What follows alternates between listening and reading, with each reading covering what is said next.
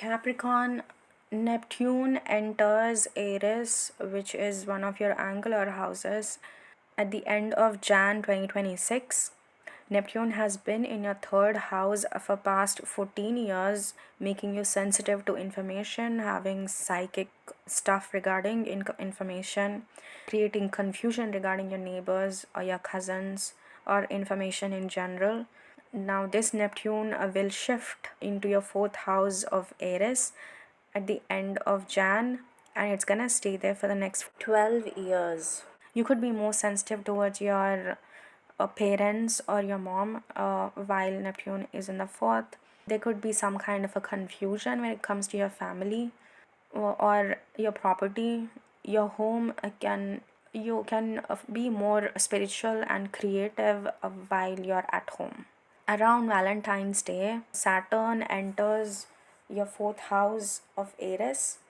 Saturn in the fourth house can create issues with your family, or you could be selling off a property, you could be buying an older property, you could be shifting into an older house or a smaller house, you could be overworking from home.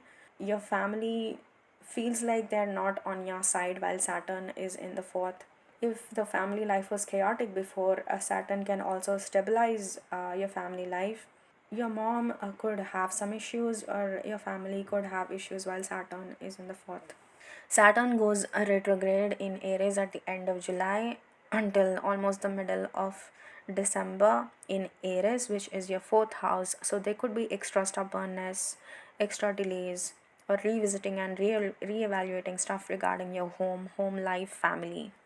Uranus enters your sixth house. Uranus has been in your fifth house up for the past 7 years, and Uranus is gonna enter your sixth house of Gemini, and it's gonna stay there for the next 8 years. Uranus in the sixth can create sudden changes in terms of your daily routine. Suddenly you're in a mood to work out, inconsistent with your workouts, inconsistencies in your daily routine or daily schedule, things are just going on a whim. They could be sudden issues with your coworkers, sudden issues in terms of your health, or in terms of your approach towards health, ups and downs, on and offs, and major change, like sudden changes regarding topics of your career, your co-workers, your health. Jupiter enters a Leo, which is your eighth house in second half of 2026. Until the end of June 2026, Jupiter continues to stay in Cancer, which is your seventh house. While Jupiter is in Cancer in your seventh house, you could be getting married, or you could be finding someone whom you could end up getting married. It's a great time to have relationships while Jupiter is in the seventh, can give you marriage or really good relationships. So enjoy that Jupiter while it is in the seventh, and also you could be creating new businesses. You could take advantage of that Jupiter in the seventh by creating new businesses and getting into partnerships that will be beneficial to you in the long run.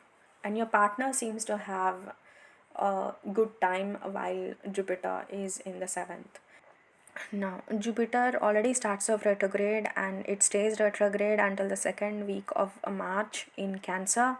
While Jupiter is retrograde in your seventh house, there could be things slowing down or revisiting or re-evaluating stuff regarding your house of relationships and business partnerships. Now, Jupiter enters your eighth house of Leo at the end of June, and it's gonna stay there until the end of July 2027 for a bit more than an year. Eighth house is also one of the financial houses. Jupiter in eighth is a great time for investments. You're having a better time dealing with your finances. You tend to have money, and your business is doing pretty well. Your spouse or your partner could have better earning situation while Jupiter is in the eighth.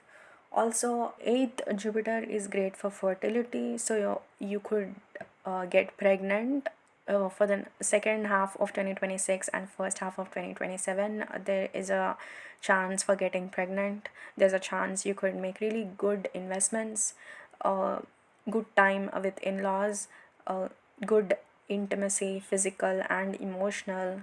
So enjoy that Jupiter in Leo. Jupiter goes retrograde again in the middle of December till the middle of April 2027 in the house of Leo, which is your eighth house. So during this time, there could be things slowing down or revisiting or reevaluating topics regarding your eighth house. The first half of 2026, the nodes are still, North Node is in Pisces while South Node is in Virgo.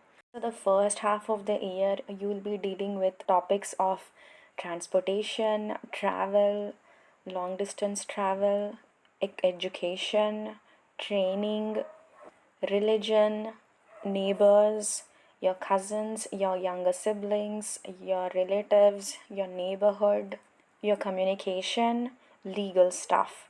The second half of 2026, that around end of July 2026, North Node enters Aquarius, which is your second house, and South Node enters Leo, which is your eighth house, and it's gonna stay there until the end of March 2028. So the focus shifts from your third and ninth axis to your second and eighth axis around around the second half of the year. The second half of the year, you will be dealing with topics of mainly finances, also food, inheritances, investments, physical intimacy, emotional intimacy, fertility, life and death, taxes. Whenever eclipses happen, these axes kind of have way more potency. Now, the first eclipse of 2026 happens around 17th or 18th of Feb, depending on where you live. This is partial solar eclipse. This is new moon in Aquarius. Aquarius is your second house. You could be starting some kind of a new income stream around this time, trying out new cuisines, making new foods could be the topics around this time. The second eclipse happens around 2nd and 3rd of March 2026. This is a full moon. This is total lunar eclipse. It is not partial like the 17th Feb one. Total lunar eclipse is way more potent. This happens in the axis of your third house and your ninth house. So there could be major changes regarding your neighborhood, regarding any vehicles, regarding your cousins, your younger siblings, regarding travel or legal stuff or faith or academics. There could be major changes in both the axes or one of the topics in these axes. Next eclipse happens around 12th or 13th of August. This is new moon in Leo. Leo is your eighth house. So and this is total solar eclipse. This is pretty potent. So you could be starting off a new income stream or an investment stream rather. You could be investing somewhere that could end up being profitable. Themes regarding your fertility, you again, pregnancy is likely, especially around this time. Next eclipse is around 27th to 27th or 28th of August 2026. This is partial lunar eclipse. It happens in the houses of 3 and 9 for you. So again, we'll deal with the topics of March 2nd or 3rd eclipse. So changes in terms of your siblings, your neighborhood, your neighbors, your relatives, your vehicles, or changes in terms of your abroad, your travel, your legal cases, or your academics, or something regarding government could be the themes for this eclipse. Mercury goes retrograde only in water signs for 2026. Mercury enters Pisces second week of Feb and it stays there for 67 days. Mercury enters Cancer in the beginning of June and it stays there for 69 days. Mercury enters a Scorpio in the beginning of October and it stays there for 67 days. Mercury goes retrograde at the end of Feb and until the end of a third week of March in Pisces for 22 days. You could be revisiting, redoing, reevaluating. There could be delays in communication or miscommunication happening around this time since Mercury is in your third house, which is basic house of communication. There is more tendency for delay of information, misinformation, reevaluation of information, or redoing stuff regarding the information you get around this time. Mercury goes retrograde at the end of June until the end of third week of July in Cancer for 24 days. So there is miscommunication or misinformation or delay in information, reevaluation or redoing stuff regarding the house of partnership or business.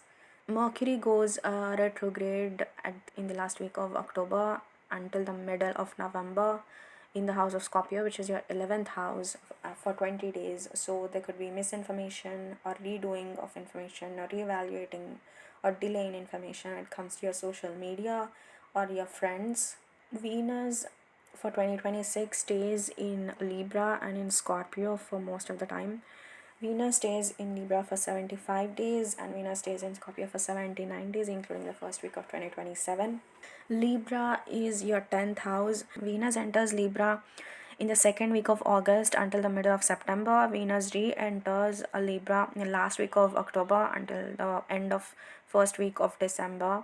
While it is in your 10th house, Venus gives you all kinds of blessings regarding your career. So you're having a really good time in terms of your career while Venus is in Libra. Venus goes retrograde in the last week of October until the mid November 2026 in Libra. So you are re-evaluating, redoing stuff regarding your career, or there could be some delays regarding your career while Venus is retrograde.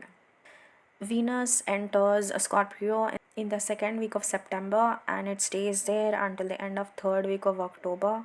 Venus re-enters in Scorpio in the second week of December and it stays there until the end of first week of Jan in 2027 in the house of Scorpio. Venus in your 11th house, you're socializing more, you're making new friends, you're hanging out more with friends, you're having a good time on social media platforms, or you're improving your social media presence while Venus is in your 11th house. Venus goes retrograde in the beginning of October and it stays retrograde until the end of third week of October in the house of Scorpio. While this happens in your 11th house, you might have to revisit or reevaluate stuff regarding your 11th house topics that I just mentioned, regarding your friends or events, or things can slow down regarding these topics while Venus is retrograde. There is no Mars retrograde in 2026, but Mars mostly just goes back and forth between Leo and Virgo at the end of 2026 and the beginning of 2027. Mars stays in Leo for 141 days for both years, and Mars stays in Virgo for 150 days for both years. So plan accordingly. Mars enters Leo at the end of September until the end of third week of November, which is your 8th house. So you could be spending a lot more money while Mars is in the 8th. You could be lending people money. Please don't. Rash decisions when it comes to investments, rash decisions when it comes to intimacy could be an issue while Mars in the 8th. You could have a lot more energy dealing with 8th house topics while Mars is in your 8th house. So just make sure that you're not making quick and snap decisions. Make sure you're not rude to your intimate partner, and probably a very active physical sexual life while Mars is in the 8th. Mars enters your 9th house of Virgo in the last week of November and it stays there until the end of the third week of Feb 2027. Mars in Virgo in your 9th house, you are making quick plans to travel. You could have fights or disagreements with your lecturers. You have way more energy and way more focus to deal with your academics or legal stuff while Mars is in the 9th, or like you're traveling spontaneously while Mars is in the 9th. That is it for your 2026 Capricorn. Hope you enjoy your time and take advantage of the information given to you. Take care. Bye.